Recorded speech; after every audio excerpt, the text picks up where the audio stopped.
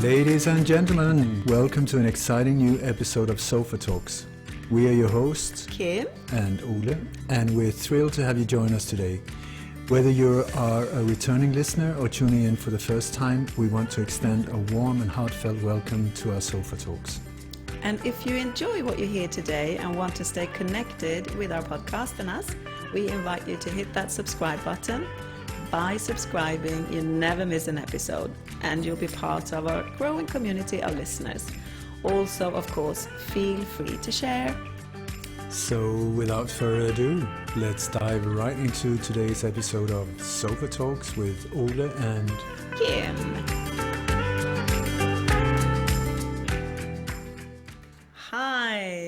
Hi, dear Sofa Talk tribe. We are back, but we are now doing this without video, so we're gonna release Sofa Talk. Sofa Talk 2.0. And today is a very special day. Is it? It is indeed. Yeah, it is. Because 25 years ago, we became a couple. I know, we've been 25 years. Our daughter, our youngest, is actually still living with us. She's 18. And she's been all day, she's been like, God, 25 years, that is a lot. And I said, yeah, well done us. Well done us. Because she's like, that is so unusual, 25 years. And when you think about it, yeah, maybe it is. Yeah, but also we've been non-stop day and night. Yeah.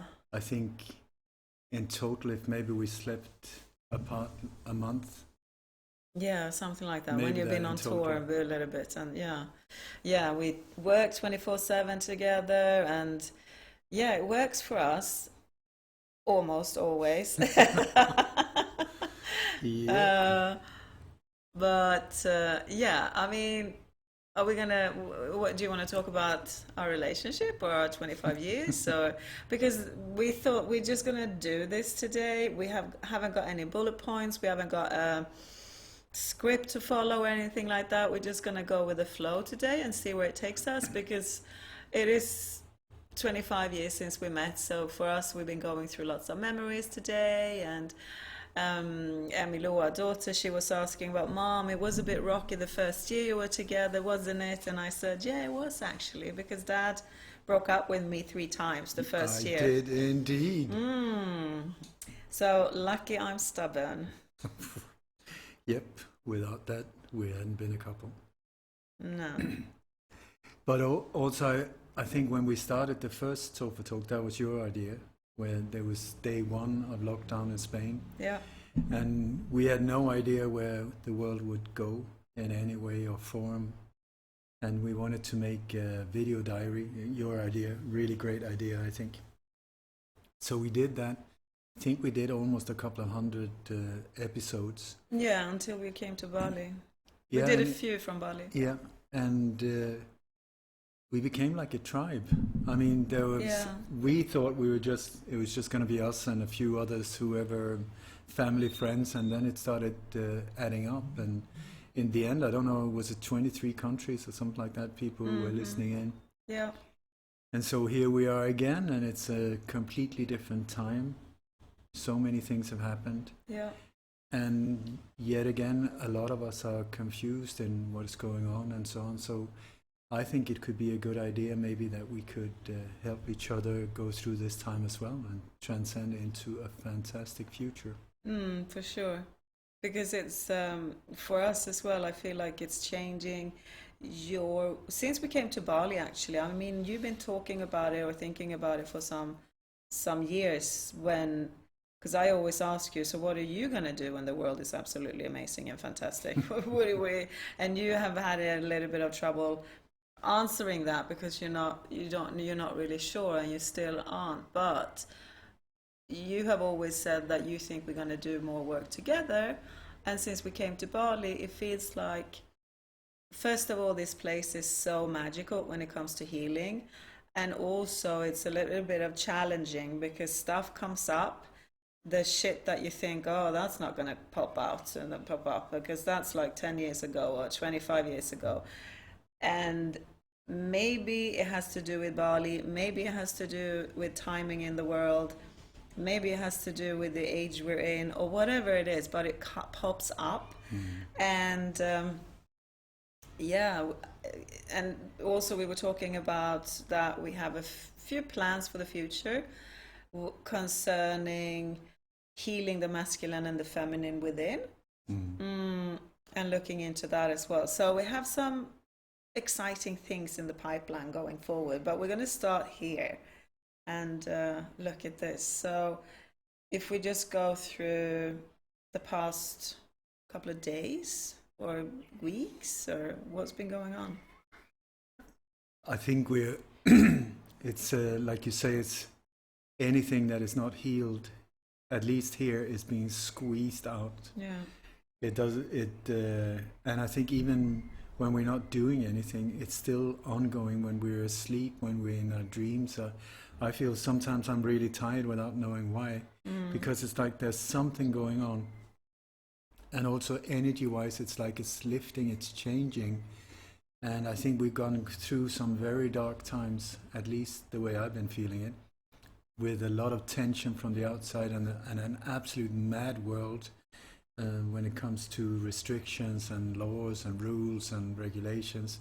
But we're getting out of it now. I feel that there's this shift, especially the last few days almost, like there's this opening. Suddenly it's becoming easier to breathe, and gratitude is, it's easier to feel gratitude, and then it's 25 years with you. I mean, so what's not to be grateful for? What's not to like? Who said that?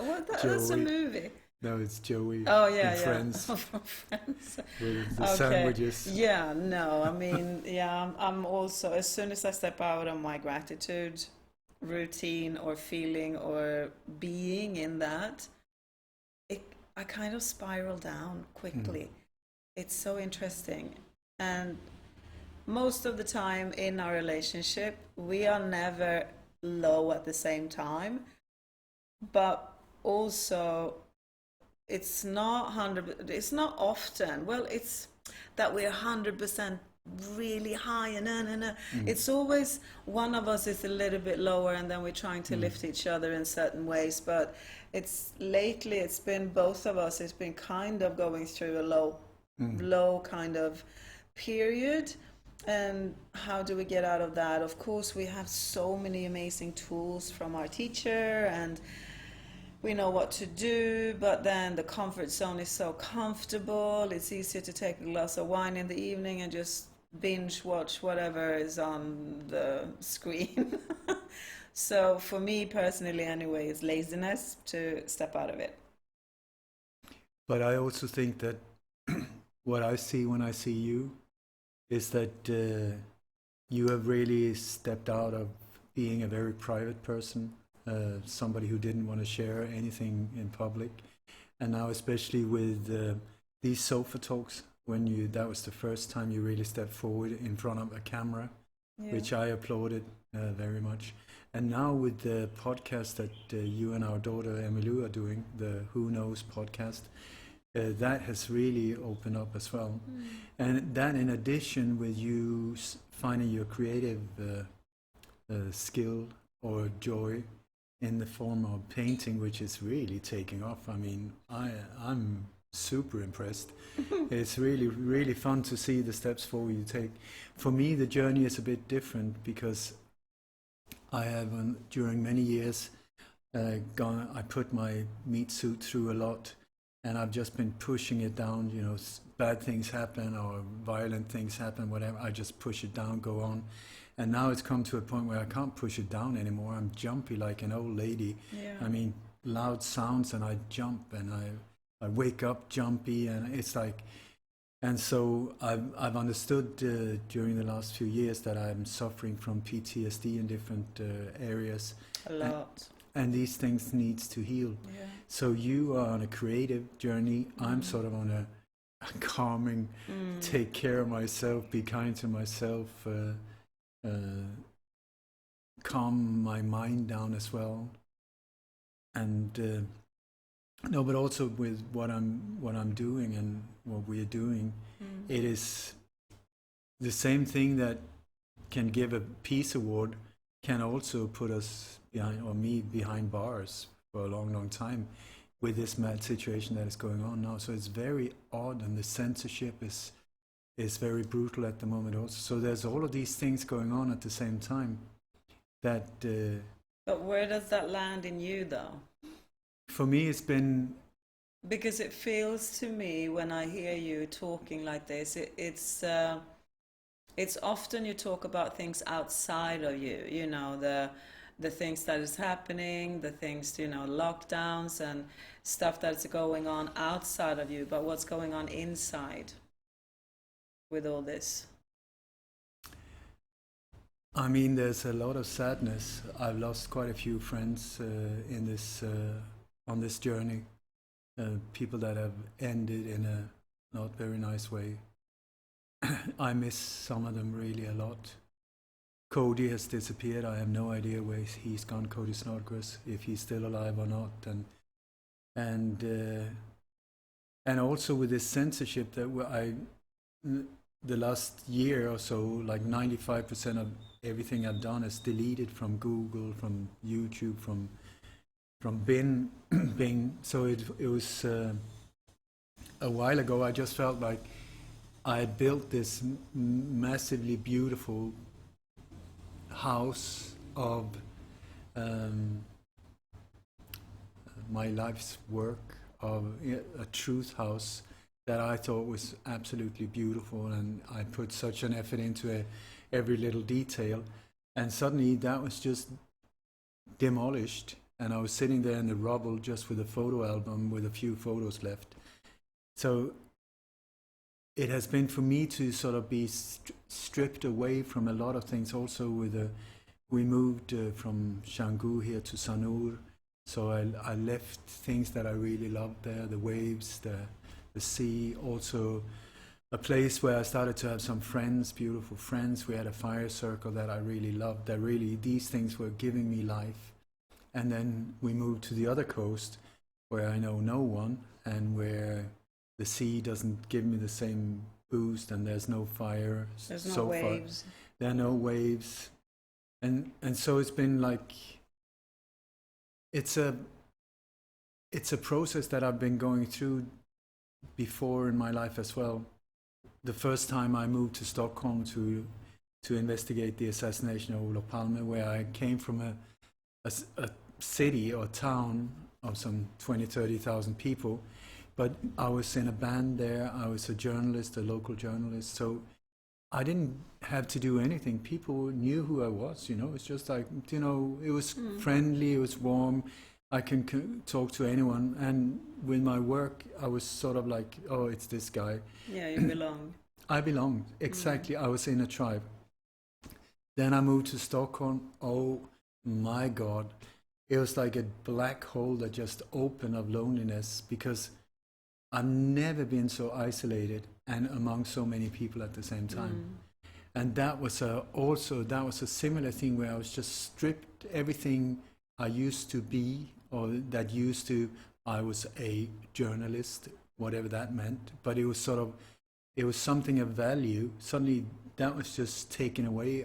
Nobody saw me, nobody... But is that the way you feel? I mean, are you comparing that to now? I'm comparing it to, I mean, I'm on a whole different level.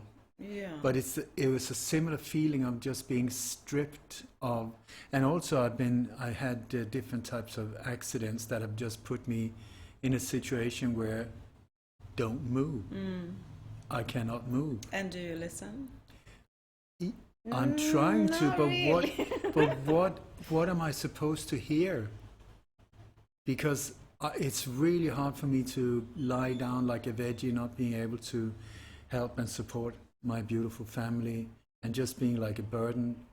It's not easy. So I don't know. Okay, first of all, you've never been a burden.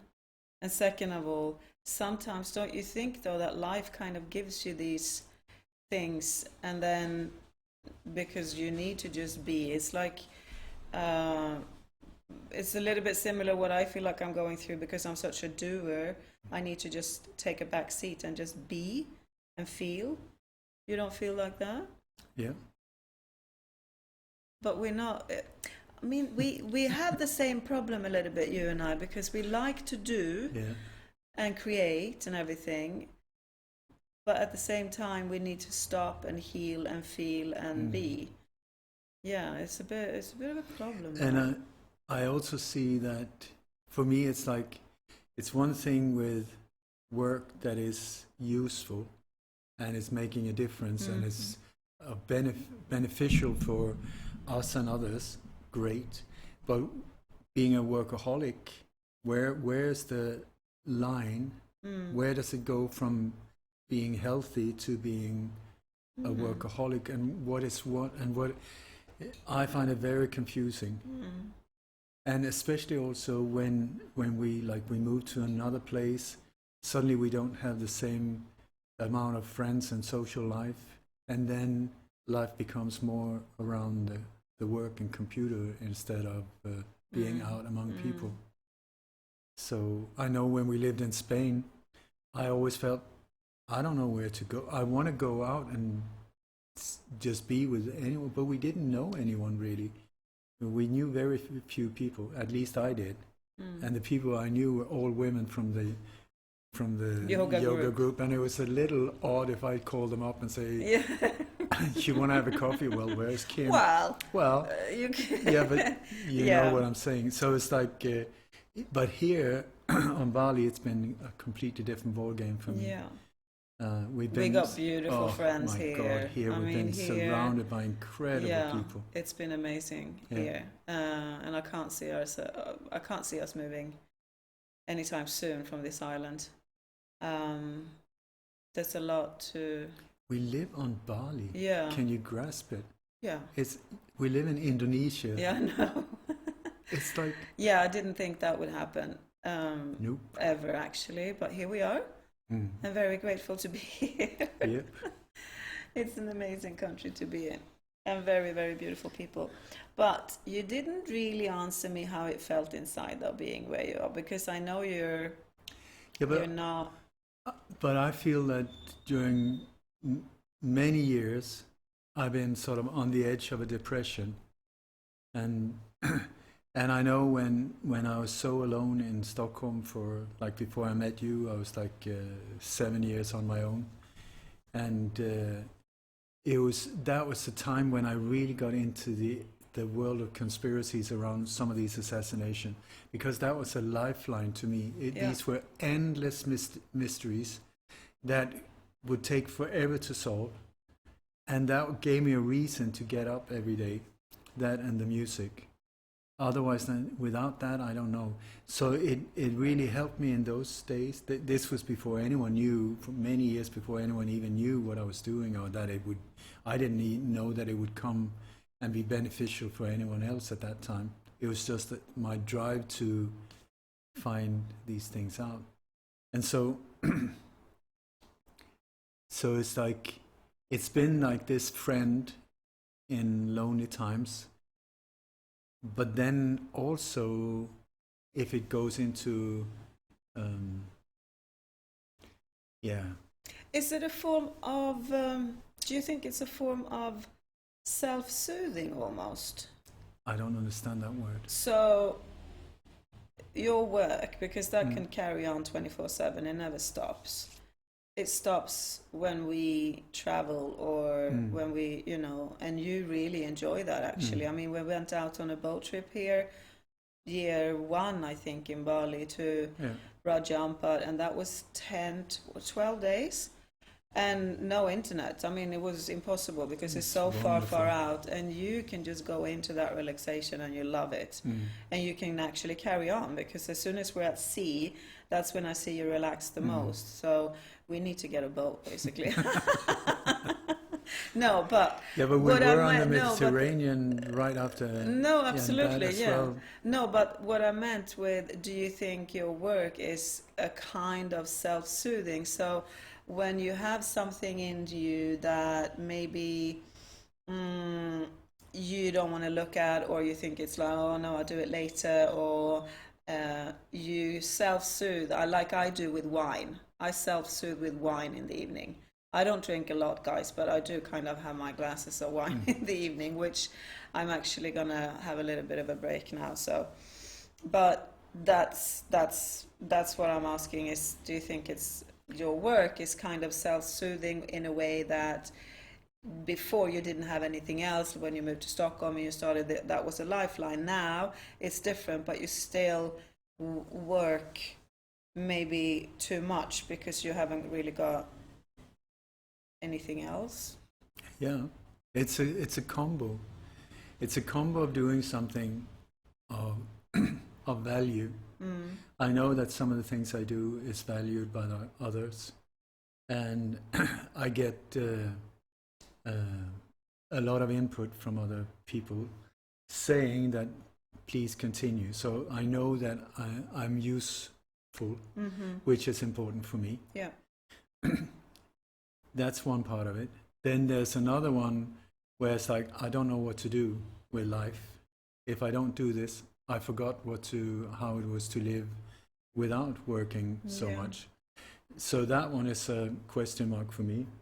And maybe that's why the sadness comes in a little bit. Because before I changed now, because it's so recently that I just decided, no, I'm not going to work like this anymore. And we've been working together for so long. I've been kind of behind the scenes doing Light on Conspiracies, and now I hardly do anything with that, and I completely 100% do what inspires me, and where I think that this is where I need to be, and this is with my writing and my painting and my podding with Emmylou, and now this, which lifts me. So I think as soon as you find something else, don't you think it will be a little bit lighter inside? Yeah, but it's in one way it is my dharma. I mean, I know. It's really, really interesting areas for me to be in, and doing interviews normally boosts me. I feel afterwards, I feel boosted. I feel, yes, I did something good. I feel good also because I do a prayer before getting my ego out of the way, and absolutely trying to deliver my absolute utmost. These cases, but now I've come to a point in the last 2-3 weeks where the energy is sort of gone. It's more than that.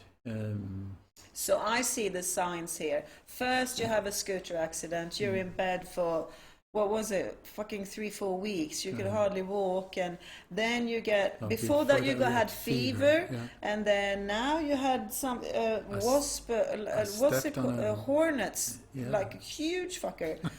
That office. So you're like, getting signs, and you're not listening. Soon you're going to get a brick in the forehead saying, life is telling you, maybe do something else as well. Not stopping, but having a balance with something else, maybe. Yeah. Or take it to a whole new level, which is what I've been looking for. This is what I would like. I think, during lockdown and so on, when suddenly all the possibilities for touring and these bigger events, which I love touring with Johnny Cash, I really do. We have amazing meetings with so many people, absolutely incredible. And that was taken away, which was quite hard for me, really hard for Johnny as well, where it's sort of like, because it was you see it as an ego, not trip, but sort of that it's an ego booster in many ways, which it is. But at the same time, it is also, it's like stepping into a zone. It's a different energy that is really, really powerful to be in. Yeah, I totally Once again, understand that. Without the prayer first, it's not the same. But when I do the prayer, I get into a zone, and I'm in contact with I something totally get really. That. But what I'm fishing for here is, and this, we've been talking about this so many times, but I'm going to share it here, because what you focus on grows. Can we agree with that? Yeah. So what you focus on is to reveal the truth. You dig for evidence, and then you reveal that, which is important. But if you only focus on digging for, I mean, it's quite dark information that comes out, right? And you always say that your goal is to have in a beautiful world, everybody, all the beings in the world, blah blah blah blah, is fine. All is in balance, everything is equal, everything is good and paradise. So what do you do then? I have asked you that for probably the last 10 years and you can still not reply, and you haven't, and that is a little bit worrying to me, because then you are not part of creating the new. You are part of, in my world, exposing the shitheads and the psychopaths and all that, which is all well and good. But the balance to also be part of creating that new beautiful world that you want. I know you want that in your heart. But that means that you also need to be clear, I think, of what are you going to do then? Yeah. Good point. I know. And yet, I don't agree with you that I'm just digging in the dirt and exposing dark stuff, because yeah, but you haven't listened. You're making funny faces. You have not listened to a lot of the interviews No, I've I done know you for a keep, long no. time, I know where you keep, it's more and more on a spiritual level, and how Yes. to lift and empower and Yes. see through the bullshit. Yeah, I Don't buy wasn't into fair the there. fear. Yeah. Break the spell True. of fear. That has been my focus. That is also what I mean with lifting it to the next level. Yes. Getting out. I mean, now people, so many, I mean, it's in the millions where people can decode these false flags now. A few years ago, people had no clue. No. Now, there's so many doing it. Fantastic. So, but it's sort of like I think I'm in a process. I will answer your question in due time. God, you're like a politician sometimes. I think That I hear as well in your interview. Somebody's asking you, because I'm sitting right next to you sometimes when you're in an interview, so don't tell me I'm not hearing. And somebody asks you something, and I'm sitting there thinking, he's not going to reply to the question, is he? How So rude, carry on, darling. How rude to interrupt me. Yeah. Okay, so what was the question? Yeah, What am I see? avoiding?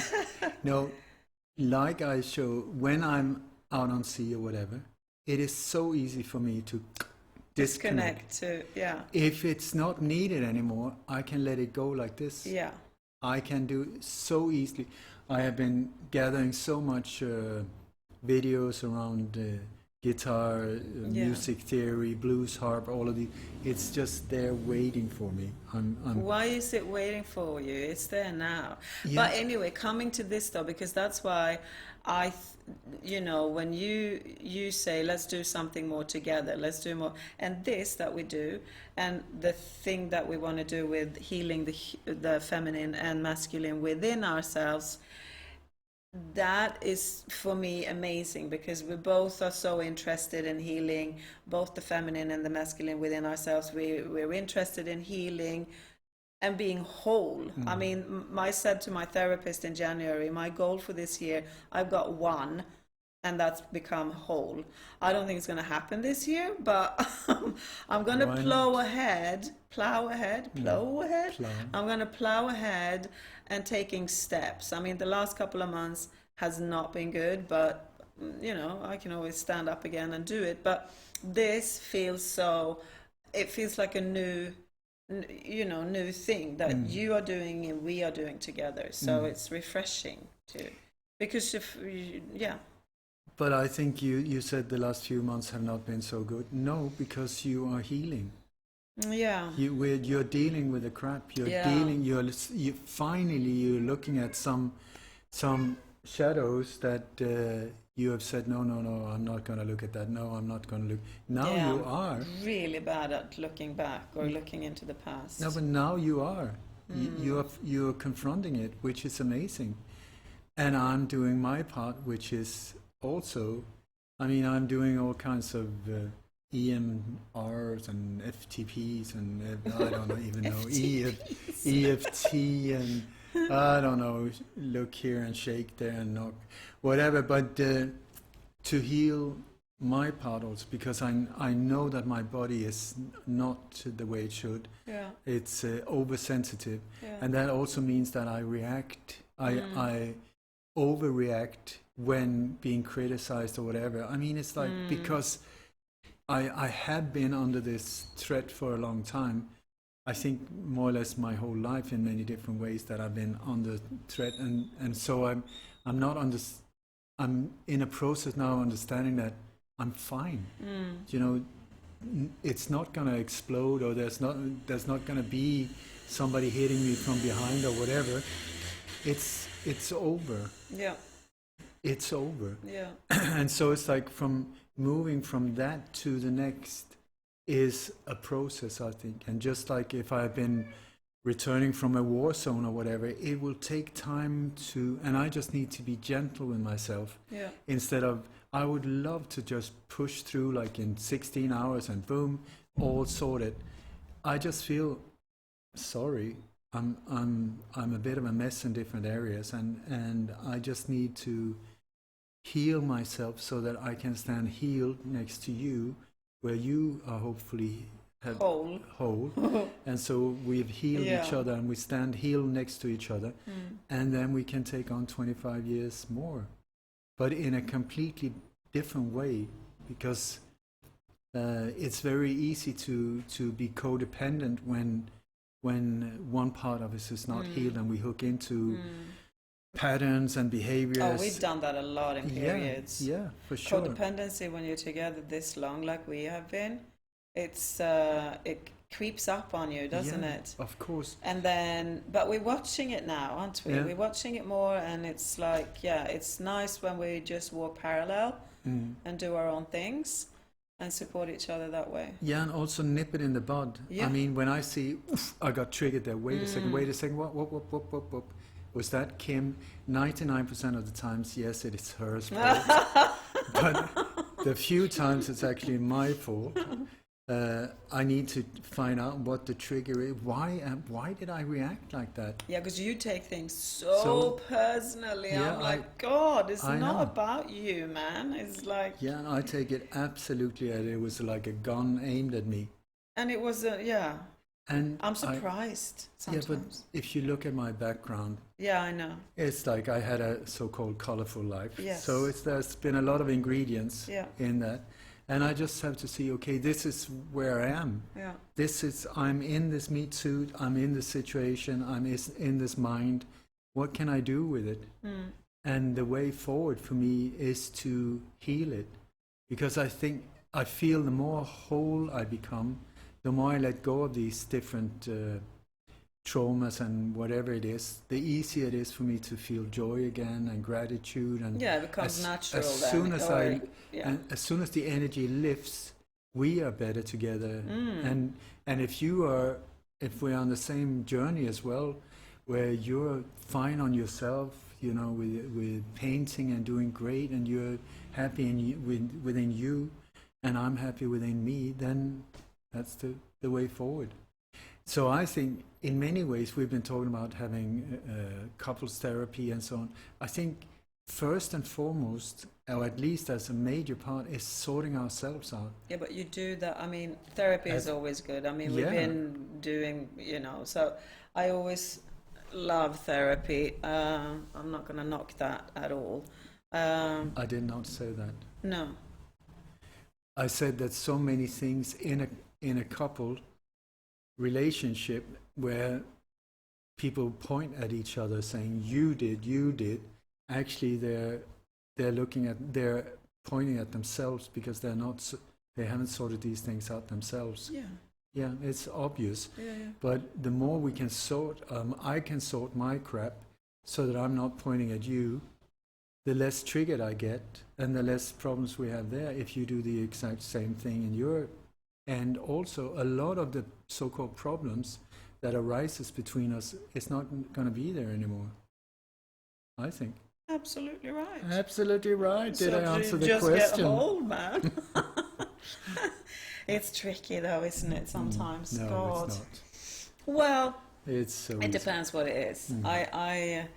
For me, it's tricky to kind of open up with stuff that I slowly starting to understand that is not healed within me.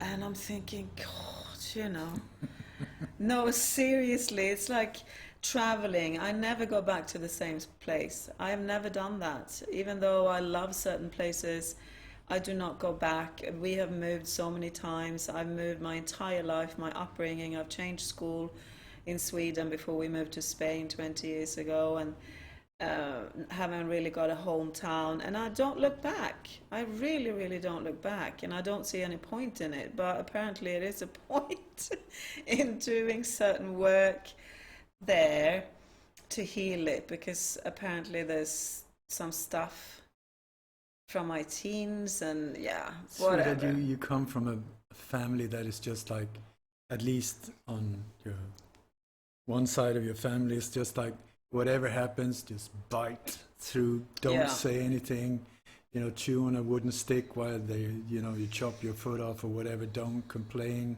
just get on with it. The other side of your family is wonderful, but like put a garlic in the ear and don't whine. And so no wonder you don't even look at what happened. And so you have got a lot of things in you that has not been dealt with.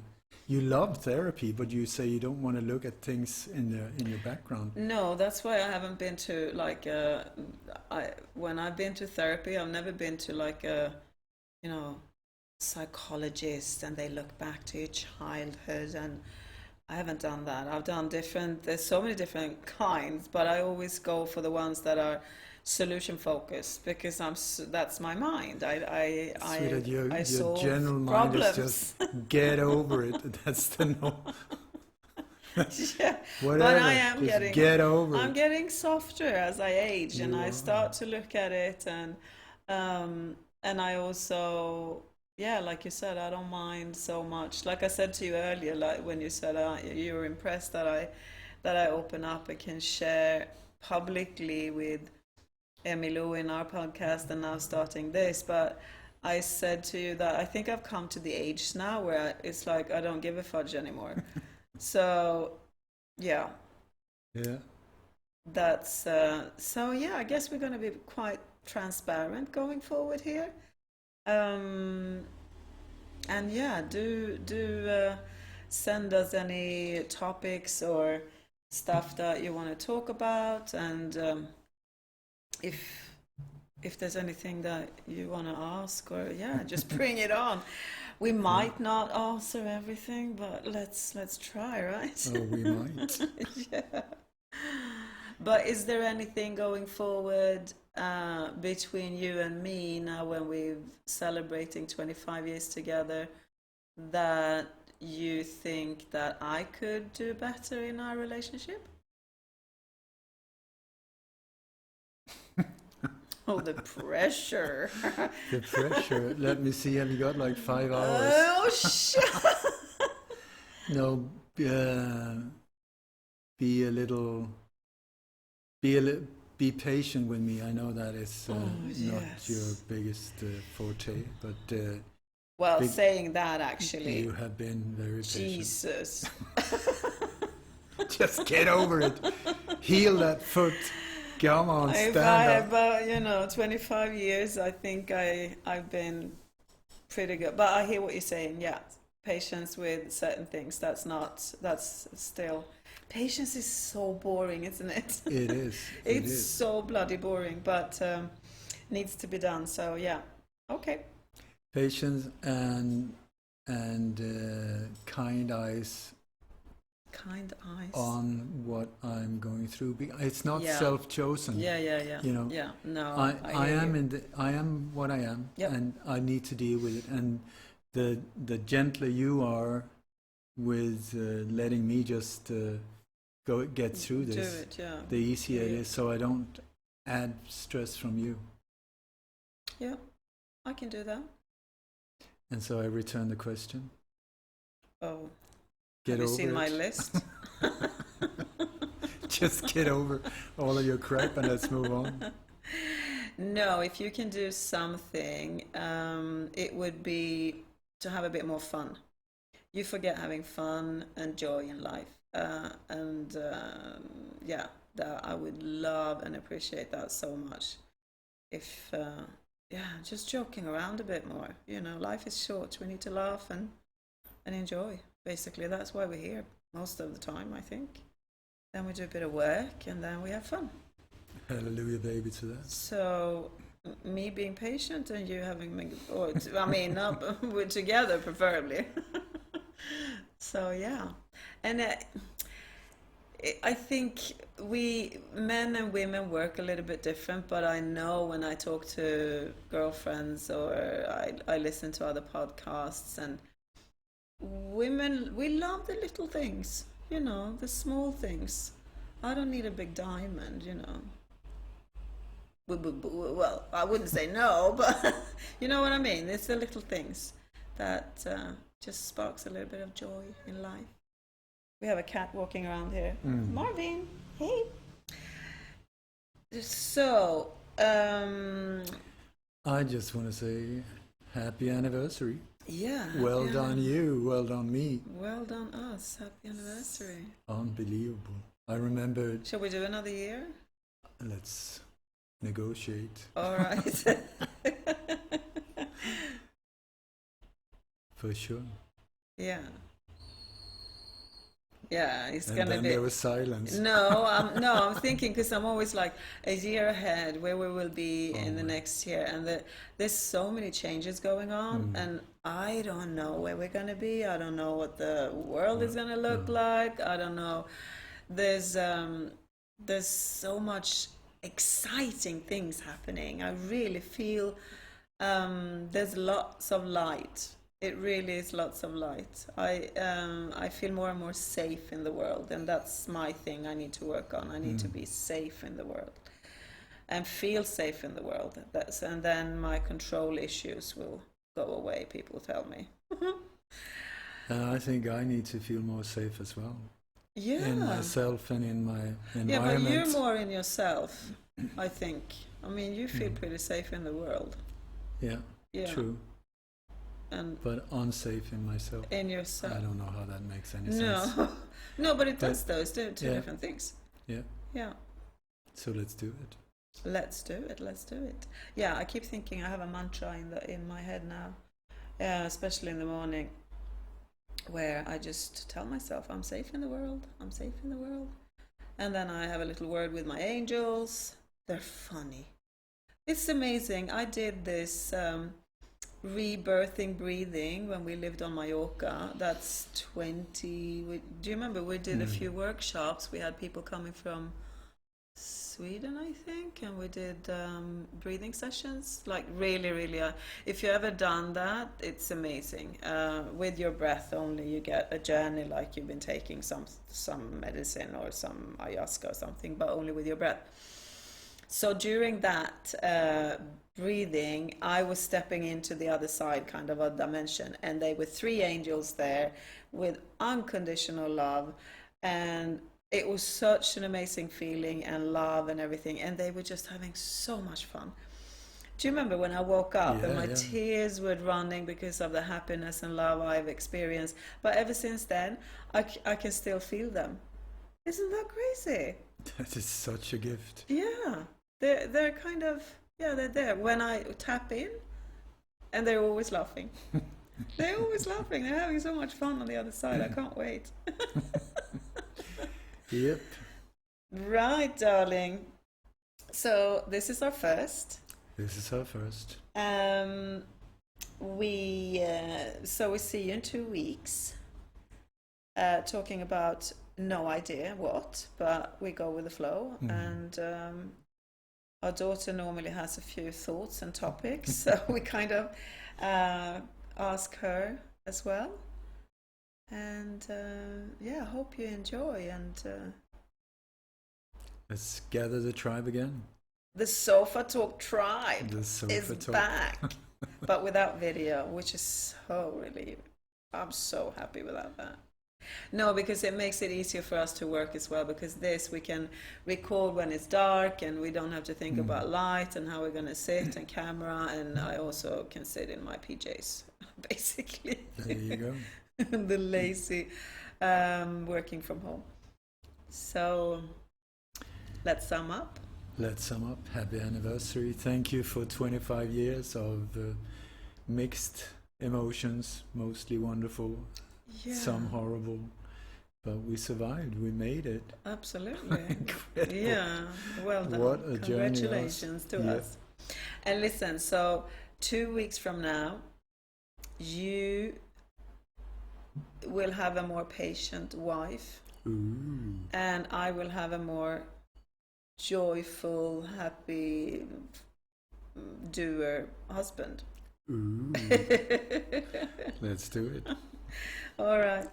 Thank you so much, guys. Thank you, thank you, thank you. For listening. Do comment. I will read and answer all of you. I promise that. So yeah, see you next time. See you next time. Or as they say on Bali, oh no, don't say it. Sampai jumpa. Hasta la vista.